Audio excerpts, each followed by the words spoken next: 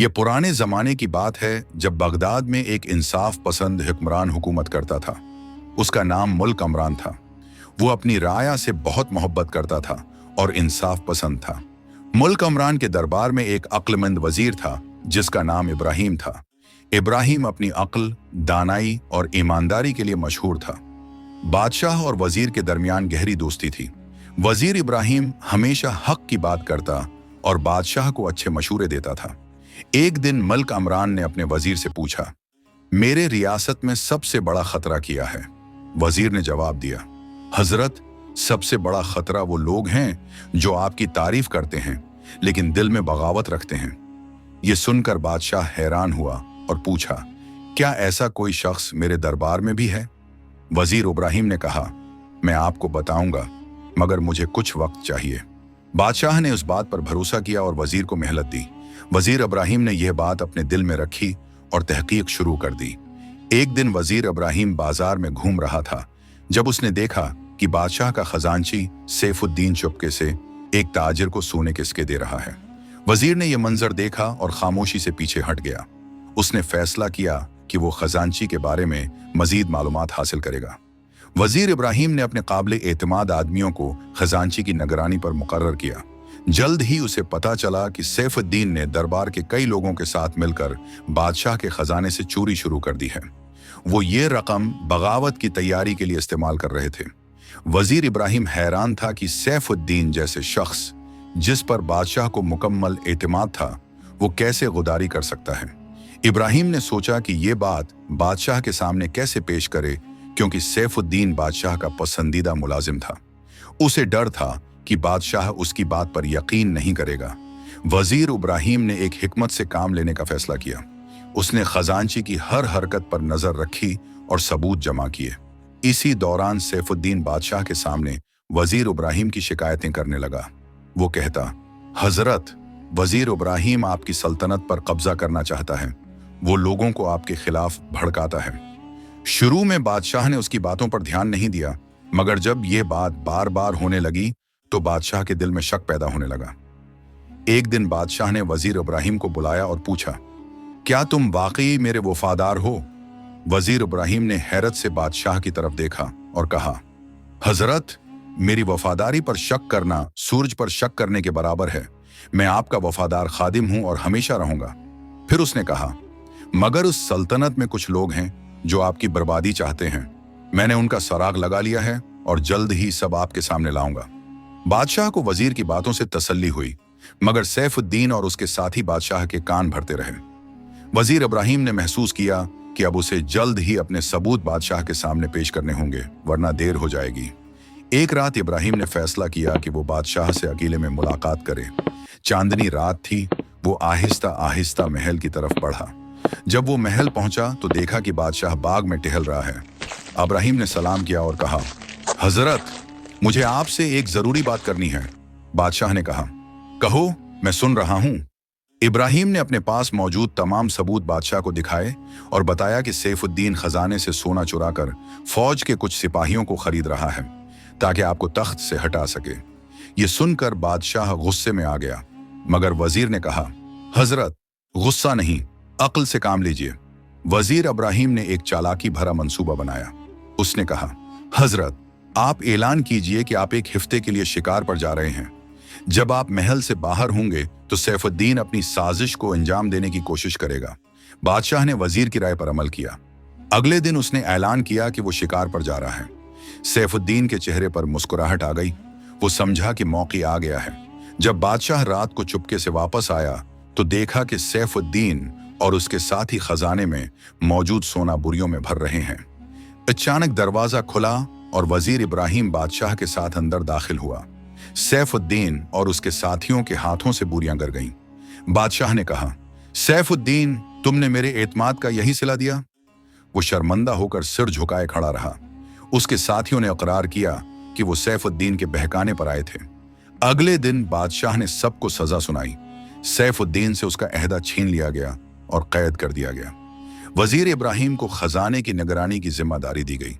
सारी सल्तनत में इब्राहिम की अक्लमंदी और वफादारी की तारीफ होने लगी। शहाब फौज का सरदार था जो हमेशा वजीर इब्राहिम से जलता था। जब उसने देखा कि इब्राहिम की इज्जत बढ़ती जा रही है तो उसके दिल में हसद की आग भड़क उठी। एक दिन शहाब ने दरबार के चंद लोगों को जमा किया और कहा, इब्राहिम की वजह से हमारी इज्जत कम हो रही है, हमें कुछ करना होगा ताकि बादशाह को लगे कि इब्राहिम इतना अक्लमंद नहीं जितना समझा जाता है। अगले दिन दरबार में शहाब ने बादशाह से कहा, हजरत, मेरे पास एक पहेली है जिसे कोई हल नहीं कर सकता। अगर आपके वजीर इतने अक्लमंद हैं तो उन्हें यह हल करनी चाहिए। बादशाह ने दिलचस्पी से पूछा, क्या पहेली है? शहाब ने कहा, वजीर इब्राहिम ऐसा घोड़ा लेकर आए जो न सफेद हो न काला। बादशाह ने इब्राहिम की तरफ देखा और पूछा, क्या तुम ये कर सकते हो? इब्राहिम ने मुस्कुराकर जवाब दिया, जी हजरत, मैं 7 दिन में यह कर दूंगा। शहाब और उसके साथी खुश हुए कि इब्राहिम मुश्किल में फंस गया है। इब्राहिम घर आया और सोच में डूब गया। रात को उसने अल्लाह से दुआ की कि कोई हदायत अता हो। ख्वाब में एक बुजुर्ग नजर आए जिन्होंने कहा, सफेद और काले के दरमियान क्या है? अगली सुबह इब्राहिम बाजार गया और एक खाकस्तरी सरमई रंग का घोड़ा खरीद लिया। उसने उसे खूब नहलवाया, सनवारा और 7 दिन बाद दरबार में ले आया।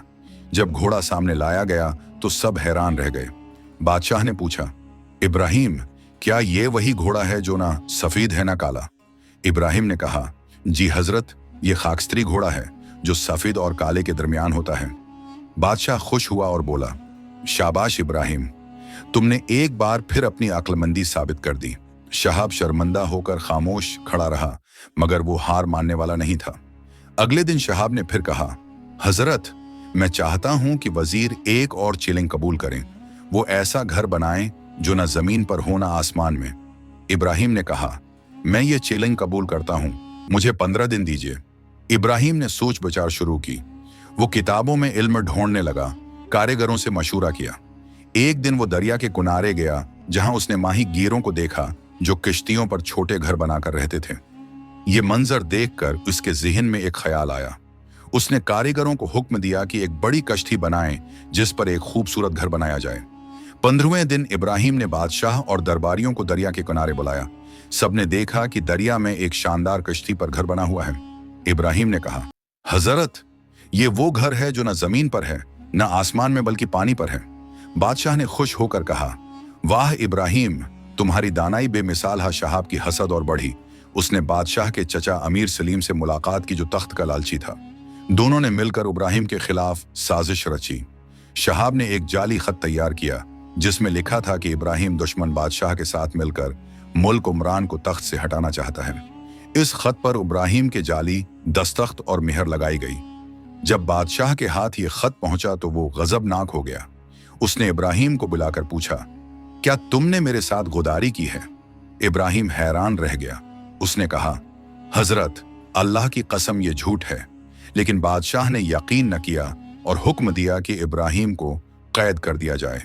कैद में इब्राहिम ने अल्लाह से दुआ की, या अल्लाह, तो जानता है मैं बेगुनाह हूं, मुझे ऐसी अक्ल दे कि सच जाहिर हो जाए। फिर उसने बादशाह को एक खत लिखा कि उसे मौका दिया जाए अपनी बेगुनाही साबित करने का। बादशाह को इब्राहिम की बात याद आई कि उसने पहले भी सैफुद्दीन की साजिश पकड़ी थी। उसने कहा, तुम्हें 3 दिन का वक्त देता हूं। इब्राहिम ने कहा, मुझे बस मेरा कलम और स्याही दरकार है जो मेरे घर में है। बादशाह ने सिपाहियों को हुक्म दिया कि कलम और स्याही लाई जाए। इब्राहिम ने बादशाह के सामने लिखकर दिखाया। बादशाह ने देखा कि इब्राहिम की लिखाई और जाली खत की लिखाई मुख्तलिफ है। इब्राहिम ने कहा, मेरी स्याही नीली है मगर उस खत में स्याही काली है। ये किसी और की। बादशाह को सच्चाई समझ आ गई। इब्राहिम ने कहा, हजरत, ये सब शहाब की साजिश है। अगर इजाजत हो तो मैं उसे खुद बेनकाब कर दूंगा। बादशाह ने इजाजत दी। इब्राहिम ने कहा, हजरत, आप ऐलान कीजिए कि मुझे मौत की सजा दी जा रही है, मगर असल में मुझे छुपा लीजिए, फिर देखिए शहाब क्या करता है। अगले दिन ऐलान हुआ कि इब्राहिम को सुबह फांसी दी जाएगी। शहाब खुशी से नहाल था। रात को शहाब अमीर सलीम से मिला और कहा, कल इब्राहिम मर जाएगा, फिर हमारा रास्ता साफ हो जाएगा। हम बादशाह उमरान को हटाकर तुम्हें तख्त पर बैठाएंगे। वो ये नहीं जानते थे कि पर्दे के पीछे बादशाह और इब्राहिम छिपे हुए हैं। दोनों ने उनकी बातें सुन ली।